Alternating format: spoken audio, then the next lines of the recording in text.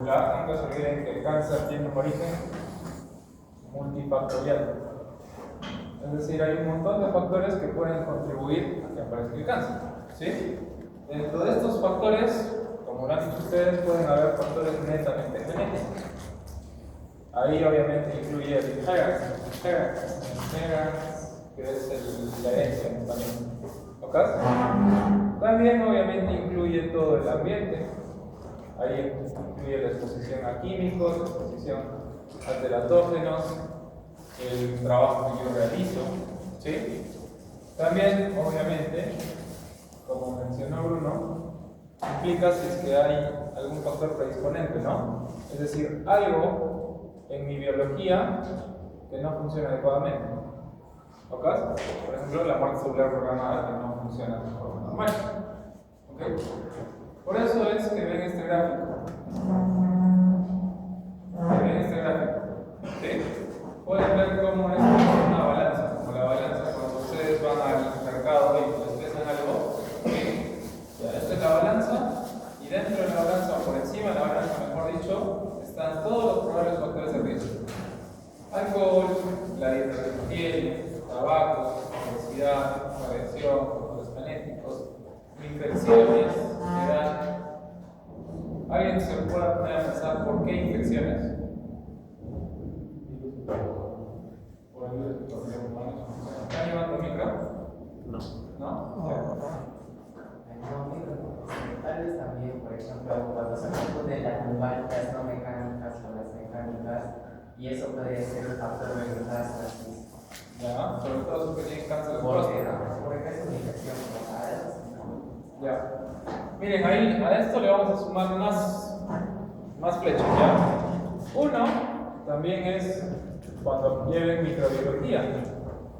¿Por qué? Porque existen bacterias o existen virus que tienen capacidad oncogénica, es decir, que tienen capacidad de producir cáncer. Por ejemplo, el virus del papiloma humano.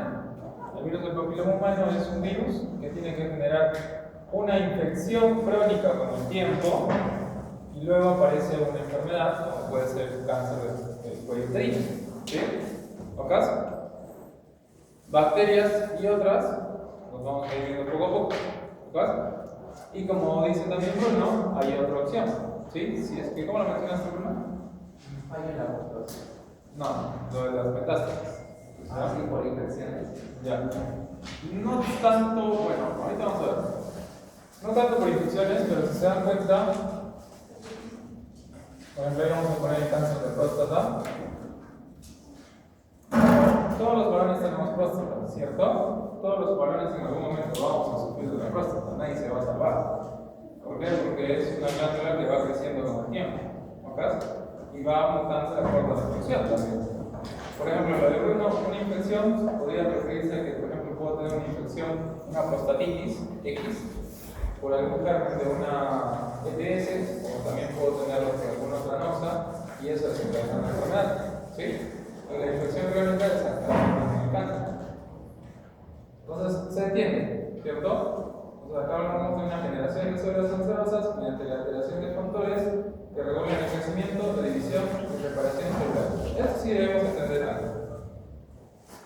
Que independientemente de qué factor aparezca, lo que tiene que aparecer para que una célula empiece a reproducirse de forma normal es que los mecanismos que se dan alrededor de esta reproducción no funcionen adecuadamente. Por darles un ejemplo, si yo sé que desde el punto de vista genético se está produciendo una célula que partió de una estructura de ADN, luego generó una copia, luego generó otra copia, y así se sigue multiplicando, pero si en algún momento alguna de estas copias que se generan tiene una mutación, pues normalmente debería ocurrir que una muerte celular programada, es decir, un linfocito o un leucocito nuestro lo reconozca como extraño a esta célula que está creciendo y la mate, ¿cierto?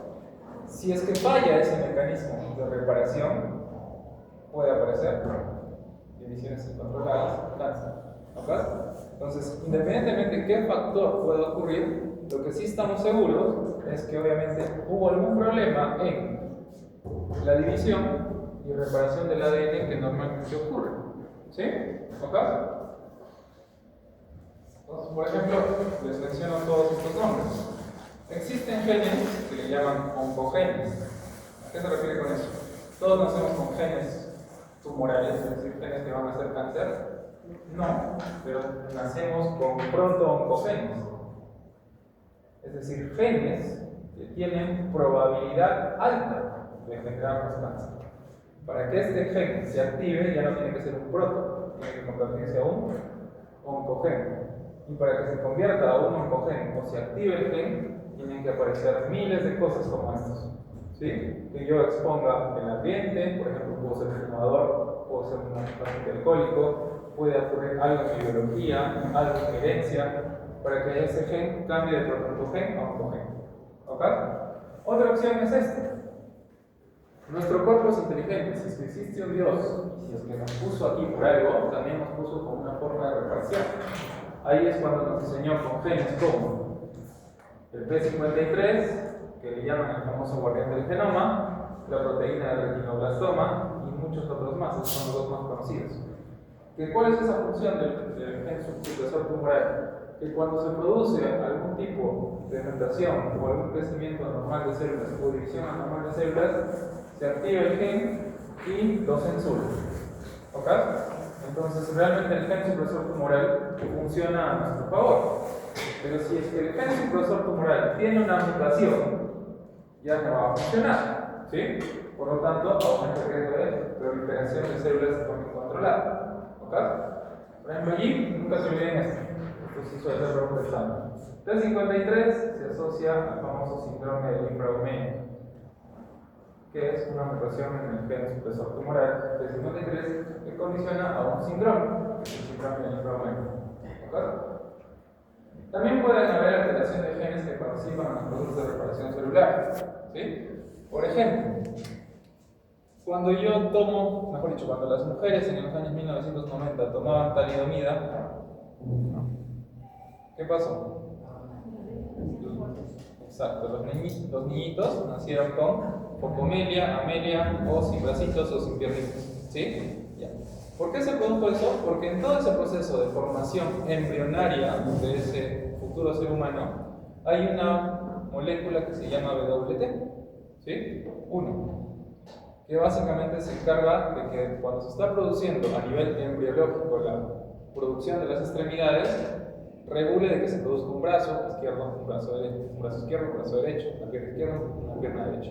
¿Sí? Pero si ocurre una mutación en el gen, pues ya no funciona y nace sin brazos o sin piernas. ¿Sí? ¿Ok? Entonces también se pueden alterar genes que participan en procesos de reparación celular. ¿Ok? El mismatch repair es lo que les mencionaba aquí. Si se está produciendo una cadena complementaria y esa cadena complementaria normalmente tiene una A y la complementaria es una T, pero no aparece una T, sino aparece una G en su lugar, pues el proceso de reparación celular debería ubicar el punto de error y corregirlo. ¿Sí? ¿Ok? No se sintetiza la cadena y se empieza de nuevo. Si es que no se corrige el error, aparece un mismatch repair. ¿Sí? ¿Ok? O sea, no se produce la reparación adecuada. Los procesos de apoptosis que mencionaba Bruno, si normalmente debería producirse una muerte celular programada, pero no se hizo, pues obviamente se sigue la proliferación incontrolada de células. Y finalmente otra opción es que aparezca una inestabilidad genética.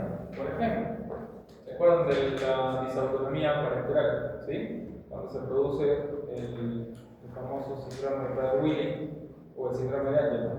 Heredamos dos alelos, ambos del cromosoma 15, paterno y materno. ¿Sí? Y si que alguno no se expresa, se genera la enfermedad del padre y de la madre. ¿Ok? Si es que ocurre una inestabilidad genética como esto, que no debería haberse producido un cromosoma que cubre la función del otro, pues se puede producir una enfermedad. Otra opción, existe una leucemia que se llama la leucemia mieloide crónica, que se da por una translocación, ¿sí? Del cromosoma 9 al cromosoma 22. Ese gen se conoce como el gen PSRABL. ¿Qué pasó ahí? Hubo una inestabilidad genética. Normalmente se debe generar un cromosoma 9, pero un pedazo de ese cromosoma 9 se saltó y se fue a otro cromosoma. Eso es una inestabilidad genética. ¿Ok? Listo. Entonces, esto es lo que les explicaba. Para que un protoncogene se pueda convertir en un cogene, se tienen que perder muchos puntos acá. Desde el proceso de control hasta que se genera obviamente una proteína que debería ser pegada, pero si no ocurre eso, pues simplemente se expresa la enfermedad tal cual. Entonces, los oncogenes virales pueden ser incorporados dentro del genoma de una célula y después su activación por mutaciones puede transformarse en una célula normal en una célula cancerosa. Acá, por ejemplo, tienen lo que mencionaba yo. Si yo me infecto con el virus del papiloma humano, las células del cuello uterino de esa mujer ahora tienen infección por el virus del papiloma humano. ¿Ok? A lo largo del tiempo y la cronicidad, esta célula va a ir multiplicándose, pero ahora se va a ir multiplicando de forma anómala, no debería multiplicarse, ¿sí? De esa manera. Por lo tanto, empiezan a aparecer células cancerosas. Tiempo después, 5 o 10 años después, le hacen un Papa Nicolau a esa señora, Papa Nicolau, y sale cáncer de cuello uterino, NIC2, que es lesión intracelular. ¿Sí? ¿Ok? Pues ahora entienden por qué la importancia de que a las niñas, como ustedes, a los 9 años, les pusieron la vacuna del papillomavirus. Porque una no puede elegir de quién enamorarse. ¿Sí? Por ejemplo, ¿no han visto la película Culpa Mía, Culpa Tuya, Culpa Nuestra? ¿No? Bueno, te lo resumo ya. La película trata de que la chica se enamora del chico, el chico era un perro, el perro obviamente tenía varias chicas, luego al final vuelve con la chica original. ¿Qué estamos haciendo ahí? Explicar que la chica que se enamoró de él se enamoró de la persona incorrecta, porque si es que ese chico tiene múltiples parejas sexuales, tiene mucho riesgo de exposición al virus del papiloma humano. ¿Sí? Así que si ella se hubiera enamorado de una persona tranquila, hay menos riesgo, porque obviamente hay menos exposición al virus del papiloma humano. Pero se enamoró del justo de que tuvo relaciones sexuales con un loco. Así que también tiene mucho riesgo de exposición. Así que ella también podría desencadenar cáncer de cuello uterino como por años. Él podría desencadenar. Su factor genético y el sexo lo protegen, porque el cáncer de pene existe, pero no es menos del 1%. Lo que sí existe más es el cáncer de cuello uterino. Por eso la importancia de vacunarlas contra el virus del papiloma humano, que son mejor, ¿sí? Y también los niños, obviamente, porque el niño que pasa del futuro adulto y el futuro perro, ¿no? Y el futuro contagiador. ¿Acaso? ¿Sí se me entendió? Bueno. Listo. Entonces, miren, por ejemplo, esta es una lista de todos los genes supresores tumorales que pueden existir. Bueno, existen más, pero por lo menos están los más importantes. El retinoblastoma, que es el primero, regula el ciclo celular. El P53 también regula el ciclo y sobre todo causa la apoptosis de todos los ADN que se dañan. ¿Listo? Por eso, por ejemplo, miren, RD1 asociado al síndrome del retinoblastoma, P53 asociado al síndrome del Creumelia, APC está asociado a la cromatosa de la matosa familiar, el WT1 al tumor de Wilson, ¿sí? Y también ya les enseñaba que la comedia y más, ¿sí? Estos NF son los de la neurofibromatosis, que no producen, o mejor dicho, inhiben la traducción de la señal RAS, no. Y todos los RACs que se encargan de la reparación del ADN, es el cáncer mamario y ovario. Entonces acá dice, las principales funciones que se destacan es controlar el ciclo celular y la respuesta frente al ADN dañado, las apoptosis y las angiogénesis. ¿Sí? ¿Entienden qué menciona con angiogénesis? Veamos, si se está formando un nuevo tejido tumoral, ese tejido tumoral necesita sobrevivir, que tiene que llegar a vasos sanguíneos, ¿sí? Entonces va a formar nuevos vasos sanguíneos para que pueda recibir esas células oxígeno. Los procesos cancerosos hacen angiogénesis. ¿Cómo yo puedo evitarla? Es que no se forman esos vasos sanguíneos, y esto también lo vamos a aprender. Revertir las propiedades tumorogénicas de una célula, es decir, que no pueda destruir las células tal cual, apenas hay una mutación. Acá, por ejemplo, dice: los oncogenes requieren la inactivación de una sola copia para que se produzca el proceso tumoral, mientras que los genes supresores tumorales requieren la inactivación de ambas copias, como podemos observar. ¿A qué se refiere con eso? Para que yo desencadene una enfermedad común, una alteración del P53, el alelo paterno y el alelo materno, los dos tienen que tener problema. Porque si solo uno tiene problema, compensa el otro alelo. ¿Sí? En cambio, en el otro, en el oncogen, es decir, un gen que yo puedo tener con una mutación, basta que aparezca la mutación en esa y ya puede desencadenarse la enfermedad. ¿Sí? ¿Acá? Entonces, aquí está todo lo que les he mencionado. Los sistemas de reparación pueden ser por mecanismos de ruptura de una sola cadena que implican reparar problemas o rupturas en los nucleótidos, reparar la excesión de bases como necesario, reparar el apareamiento erróneo, la meiosis o el crossing over. Los mecanismos de reparación de las rupturas de la doble cadena es reparar mediante la unión de los extremos no homólogos y por reparar mediante la unión de los extremos homólogos, ¿sí? Es decir, de estos lados. Bueno, esto es para que revisen más o menos un algoritmo, que de hecho se los he puesto acá también.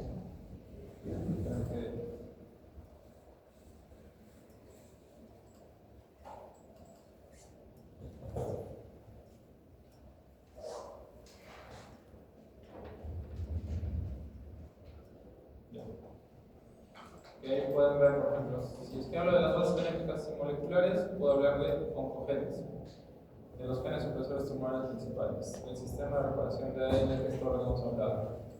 Si hablamos de los problemas de cáncer de mama y ovario, los genes involucrados, la penetrancia, lo vamos a ver ahora, del cáncer hereditario de colon, gástrico, tumores neuroendocrinos, y bueno, esto lo vamos a ver ahorita. ¿Sí? Es como un algoritmo para que lo realicen. Entonces vamos a empezar. Esta historia se las conté, la de Angelina Jolie. ¿No? Ya sé. No. Angelina Jolie no tuvo cáncer, pero tenía alta predisposición a hacer cáncer. Por ejemplo, si hablamos de la época cuando hizo esto Angelina Jolie, estamos hablando de por unos 15 20 años atrás. ¿Ok? ¿Qué pasó con Angelina Jolie? Pues obviamente tenía mucho dinero, como todavía lo tiene. Podría hacerse exámenes médicos que nosotros no hacemos, o sea, que no podemos hacer porque eso es muy caro. Y posiblemente tuvo algún médico que la asesoró, le dijo que le podía sacar una muestra de su ADN, porque obviamente ella mencionó algo tan sencillo como: en mi familia, doctor, hay habido antecedentes de cáncer de mama. ¿Sí? Entonces tengo miedo de que a mí también me dé. Entonces el médico que la asesoró le dijo: ¿sabes qué? Vamos a hacer una prueba genética, busca algunos genes que puedan estar relacionados al cáncer de mama, y si es que los tienes, pues te puedo decir si es que hay probabilidades que desencadenen. ¿Sí? ¿Cómo se llama eso? Cuando le pido algunas pruebas relacionadas a un tipo específico de enfermedad. Panel, exoma o WWOS. O panel. Usted ya sé la enfermedad, sé que tiene un probable cáncer de mama, ¿sí? Es que le voy a pedir un panel genético buscando todos los probables genes relacionados al cáncer de mama, ¿sí? Bueno, ahí ya se los pidieron. Entre los que se piden son los más comunes, que son los BRCAs. El BRCA1 y el BRCA2. ¿Ok? Y pues a ella le salieron mutados. Esa era la razón por la cual podía desencadenar un cáncer de mama, y esa era la razón por la cual sus familiares mujeres desencadenaron cáncer de mama. ¿Cierto? ¿Ok? Entonces, cuando tú eres una persona normal que no sabe de medicina, preguntas: ¿y doctor, qué hago? Pues, ¿qué hago para no desencadenar cáncer de mama? ¿Sí? Pues lo correcto sería darle indicaciones desde el punto de vista de, por ejemplo, no tengas golpes en tu zona mamaria, trata de no dar lactancia a tus bebés, ¿sí? Porque eso estimula la formación en los canalículos, y si se dan cuenta son recomendaciones sencillas, ¿notas? Pero la recomendación del médico, como era, mejor dicho, como sabía de genética, es: el poder genético es muy corto, ¿sí? Por ejemplo, si yo tengo un padre que tiene una enfermedad, porque ha tenido cáncer, bueno, la madre tiene cáncer de mama, y yo puedo heredar este gen, ¿cuánto tengo de probabilidad de hacer la enfermedad? 50%, ¿sí? Bueno, realmente de 30 a 50%. Pero si recibo otro gen que también está mutado, digamos el padre ¿Cuánto creen que va a ser la probabilidad? ¿Mayor o menor? Mayor. Si los dos alelos están mutados, entonces la probabilidad va a ser más del 70% por lo menos. ¿Ya? Por eso decía que el médico que la atendió de alguna forma fue inteligente. Le dijo, a ver, ¿cuántos alelos tienen mutados? ¿Sí? Los mutados los dos alelos, ¿sí? Entonces tienes mucha probabilidad de hacer cáncer a pesar de que yo tengo todas estas indicaciones. Ya, perfecto. ¿Y cómo me deshago el cáncer? Si no tienes mamas, no tienes cáncer. Así que fue la primera mujer que se sacó las mamas, las glándulas mamarias, simplemente por evitar que no le dé cáncer, y las cubrió con prótesis. ¿Ok? Ligero detalle, que el BRCA1 y el BRCA2 no solo se expresan a nivel de las mamarias, también se expresan a nivel del ovario, así que eso no le va a excluir de que pueda ser un cáncer de ovario. ¿Ok? Pero básicamente por eso es que les pongo estas dos imágenes, porque fue una decisión de hace muchos años, donde casi no se conocía mucho de la genética molecular que tenemos hoy en día, pero fue una decisión radical. ¿Ok? Hoy en día pues no vamos a hacer eso. ¿A qué me refiero? Si aquí te dicen, doctor, hay probabilidades de que haga cáncer de lengua, ya, cortamos la lengua. ¿Sí? Claro que no, hay que buscar una probable opción en el mundo moderno en el cual vivimos. Okay. Pero esa es la punta del iceberg, chicos. ¿Por qué, chicas? Porque realmente el cáncer de mama no solo se debe a mutaciones en genes como estos, se debe a muchos factores más. Por ejemplo, también existen los famosos cáncer de mama que están asociados a las vías de señalización. ¿Sí? También existen los famosos cáncer de mama que son hormonodependientes. ¿A qué me refiero con eso? ¿Ustedes creen que si alguna mujer por algún motivo decide cuidarse con métodos anticonceptivos como tomar pastillas orales, hay algún riesgo de que desencadene un cáncer a futuro? Sí, porque son al final estrógenos o progestágenos, una de dos. Ustedes han aprendido en fisiología que el leche funciona y a nivel hipofisiario se secreta GnRH. Luego se produce LH, FSH, ¿sí? Y a nivel de los ovarios se producirá lo demás, estradiol, estriol, qué sé yo, ¿sí? Entonces, normalmente todas las mujeres tienen un ciclo hormonal paulatino y un ciclo de reproducción. Si tú le agregas más hormona de la habitual, la predispones a que ese eje ya no haga la retroalimentación positiva, sino negativa. ¿Ok? Es decir, hay mucho, me inhibo. ¿Ok? Y eso por lo tanto contribuye a que si hay algún gen hormonodependiente, se convierta de pronto el cogen a un congénito. ¿Sí? Y eso es el famoso HER2-NET. Entonces ya saben, cuando sean ginecólogos y quieren darle tratamientos a sus pacientes porque les dice, doctor, me quiero cuidar, puedes hacerlo de acuerdo a la guía de tratamiento, pero tienes que ver el antecedente que de ese paciente o de esa paciente. Porque si tienen genes hormonales dependientes de hormonas que pueden mutar, pues el hecho de darle el tratamiento la puede predisponer a que más adelante haga cáncer de algo, cuello uterino, endometrio. ¿Sí? ¿Ok?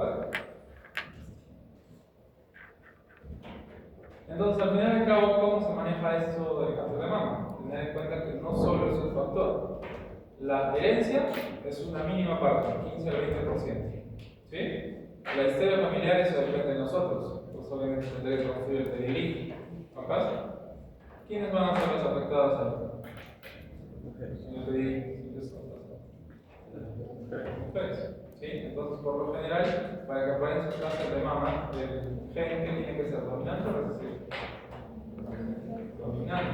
Porque en su mayoría, para que ocurra eso, tendría que dar un gen autosómico, no ligado al X, un gen autosómico que tenga el BRCA mutado y que sea dominante frente al BRCA que le dé el varón. ¿Sí? ¿Ok? También, obviamente, este cáncer al ser familiar también hay un mínimo riesgo de herencia, 5 a 10%. Pero como les he mencionado, el porcentaje de una probabilidad de que aparezca el cáncer es de acuerdo a todos los factores que se van sumando. Tengo el inherency, que es la herencia, una opción, un porcentaje de aumento. Tengo algún gen mutado, otro porcentaje de aumento. ¿Sí? Tengo la exposición hormonal, tengo otro porcentaje de aumento. ¿Sí? Entonces se dan cuenta cómo cuáles factores se van sumando y pueden ser una enfermedad. ¿Ok? Y bueno, también existen los casos esporádicos. Puede ser una persona que me diga, bueno, yo nunca he tenido antecedentes de cáncer de mama en mi familia, pero soy la primera mujer de esta familia que desencadenó cáncer de mama. ¿Qué pasó ahí?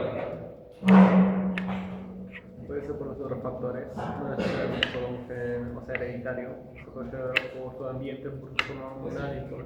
Algún factor en el ambiente que condicionó que haga esa enfermedad. Por ejemplo, las chicas que fuman tienen mucho riesgo de hacer cáncer de mama. El tabaco produce cáncer no solo de mama, sino de todo tipo. ¿No pasa? El alcohol también.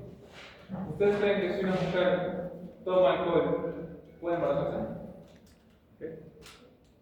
Si es una mujer que toma alcohol, pero al punto de ser alcohólica, ¿sí? No esporádica, no que hoy día está en una fiesta toma, sino al punto de ser alcohólica, que lo hace habitualmente, ¿tiene riesgo si se embaraza para el bebé? No sé.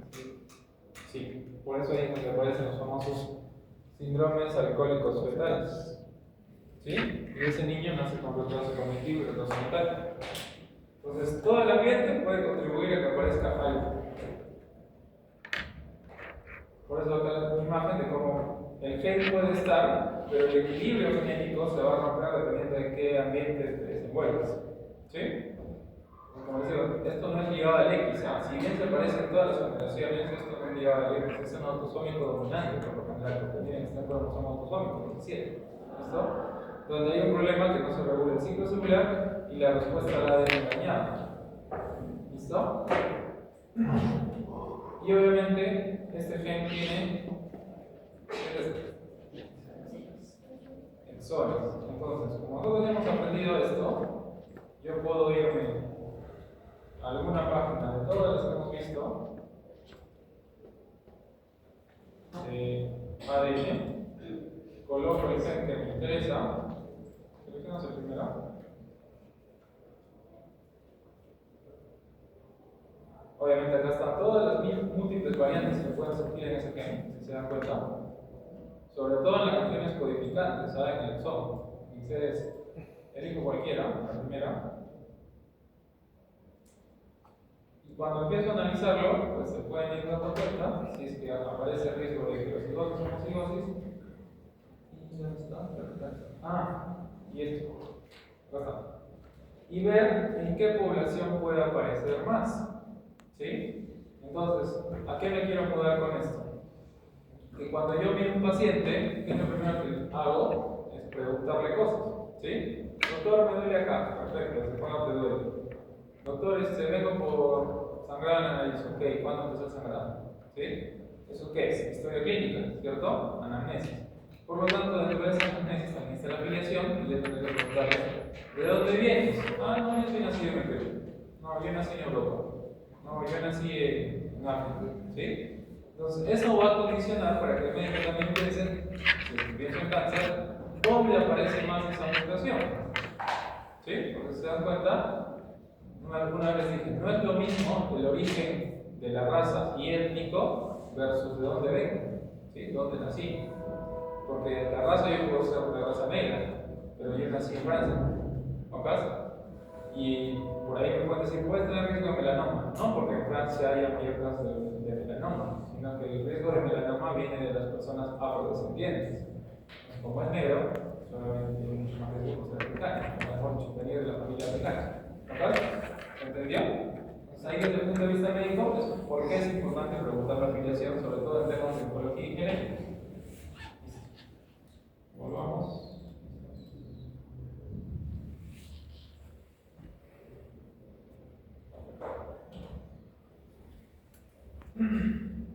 Ahora, obviamente, sigamos explorando un poco más esto. Entonces ya, doctor, nos ha explicado que podemos tener genes mutados, que podemos tener problemas en la reparación de los genes. Ok, nos ha explicado que el riesgo de tener una enfermedad aumenta dependiendo cuántos factores se vayan sumando. ¿Sí?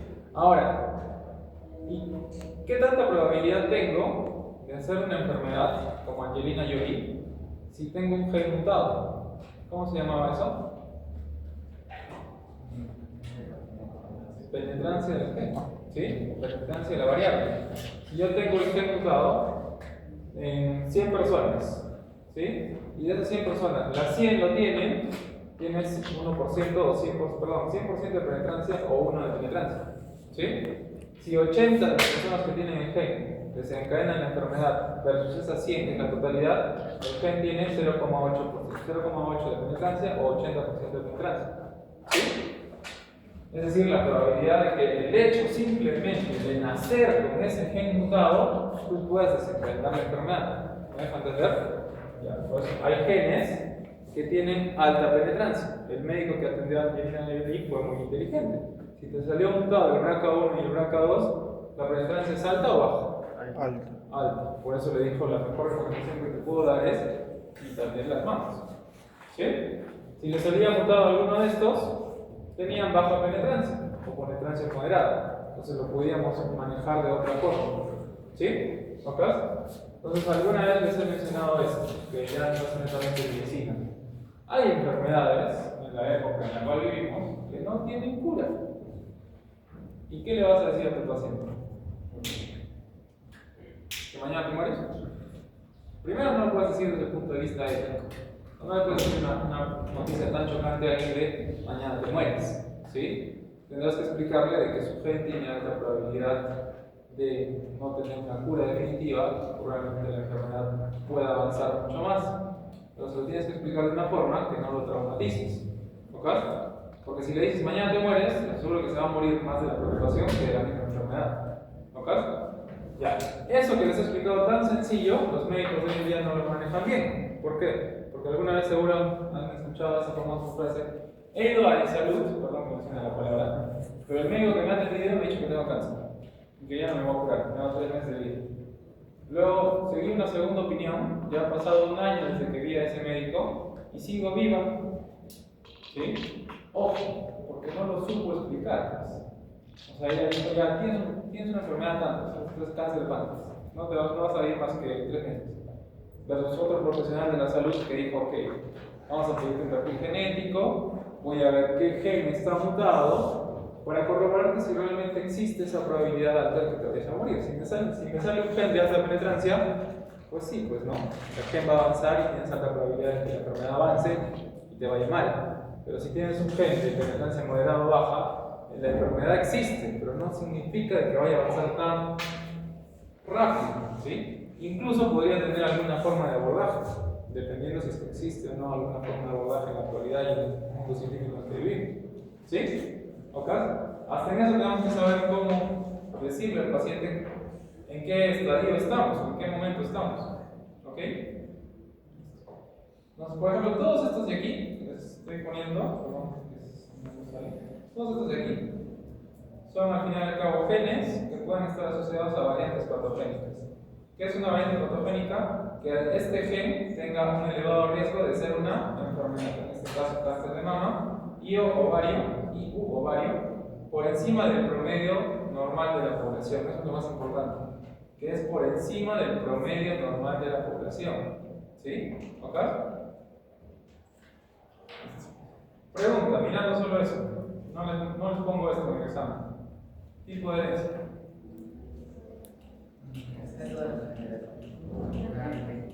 Dominantes. Los primeros que están en todas las generaciones. ¿Sí? Ahora hay que empezar a buscar si es autosómico o es ligado al X. Muy probablemente autosómico. ¿Sí? Porque si fuera ligado al X habría portadores, sobre todo si es recesivo. ¿Ok? Dominante no necesariamente ponen el cuadrado con el círculo o el círculo con el círculo escrito dentro. Entonces, al fin y al cabo, si yo les pongo este gráfico en el examen, ustedes me pueden decir: esa es una probable herencia autosómica dominante. Solo mirar, sin darle ningún contexto. ¿Ok? Y así funciona, por ejemplo, el cáncer de mama. ¿Ok? Ok. Ya he entendido todo desde el punto de vista médico. Y desde el punto de vista laboratorial, ¿cómo pido ese perfil genético? Pues fácil. Este de aquí es un panel. Es un paciente al cual yo le saco una muestra de sangre y voy a dosar todos estos probables genes en su sangre. ¿Sí? Porque todos estos están asociados al cáncer de mama. ¿Ok? Y cada uno de ellos me va a dar pues, alguna mutación. ¿Cómo los voy a analizar?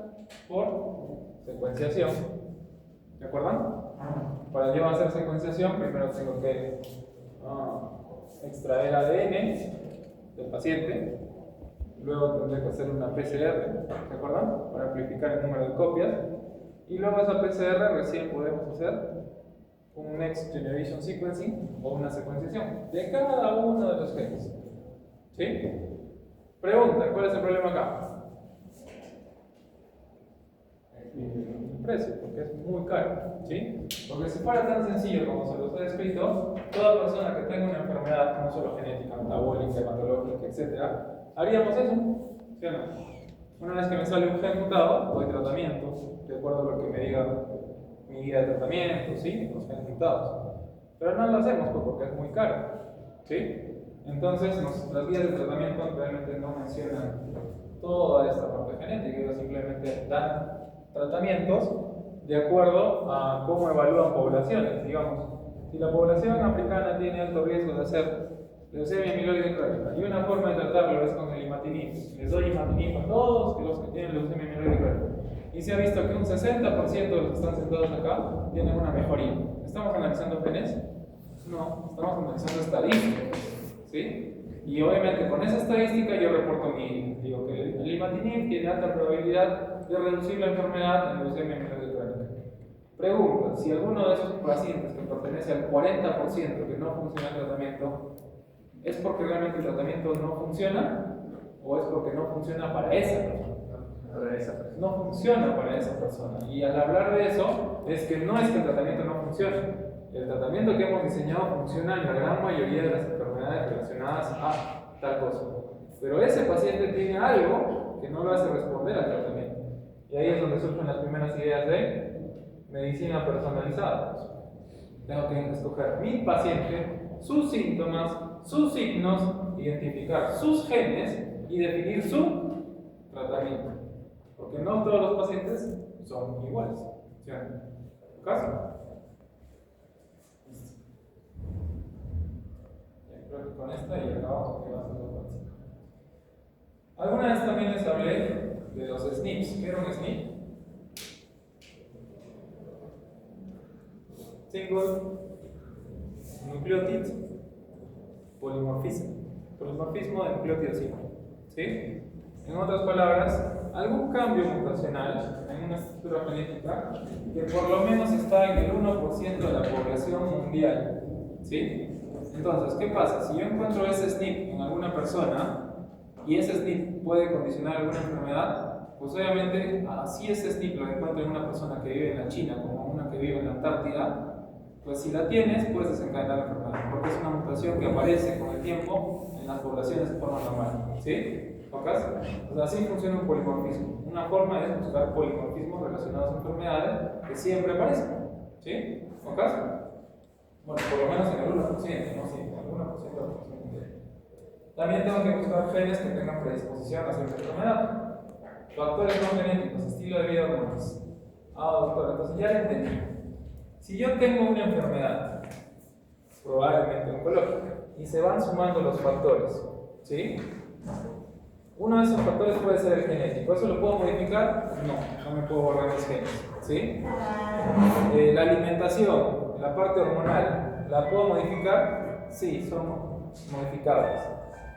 Entonces, eso es lo que realmente tenemos que hacer nosotros como médicos desde el punto de vista preventivo. Es decir, ok, si existe esta probable enfermedad, pues ya no te expongas a comer de esta manera, a exponerte hormonas, porque con eso se va disminuyendo el riesgo, ¿cierto? De que aparezca una enfermedad. ¿Ok? Por eso ahí viene la parte de estilo de vida y hormonas. Ahora, termino con esto y lo dejo. Versus. ¿Qué pasa si este gen que tiene mutada esa persona tiene un 80% de penetrancia? Así le cambies el estilo de vida, igual va a ser la enfermedad, porque es muy fuerte, pues. ¿Sí? Es mucho porcentaje. Entonces, conclusión. Por eso es que la medicina personalizada se acerca más y más a la época actual, porque ya no encaja, puede ser una guía de tratamiento. Ninguna guía de tratamiento te va a decir que si es que le suprimes al paciente diabético el azúcar, no va a ser diabético. Que si le suprimes mejor dicho, que si le estimulas el estilo de vida de ser deportista, no va a ser diabético. Perfecto, te la creo. Pero si ese paciente diabético tiene un gen mutado que tiene 80% de penetrancia, hagan lo que hagas, pasa la enfermedad. ¿Sí? Así le digas que sea cristiano Ronaldo ese estilo de vida. Tiene un 20% de probabilidad solo de no hacerlo, pero tiene un gen muy fuerte. ¿Ok? Listo. Chicos, vamos a parar ahí un rato.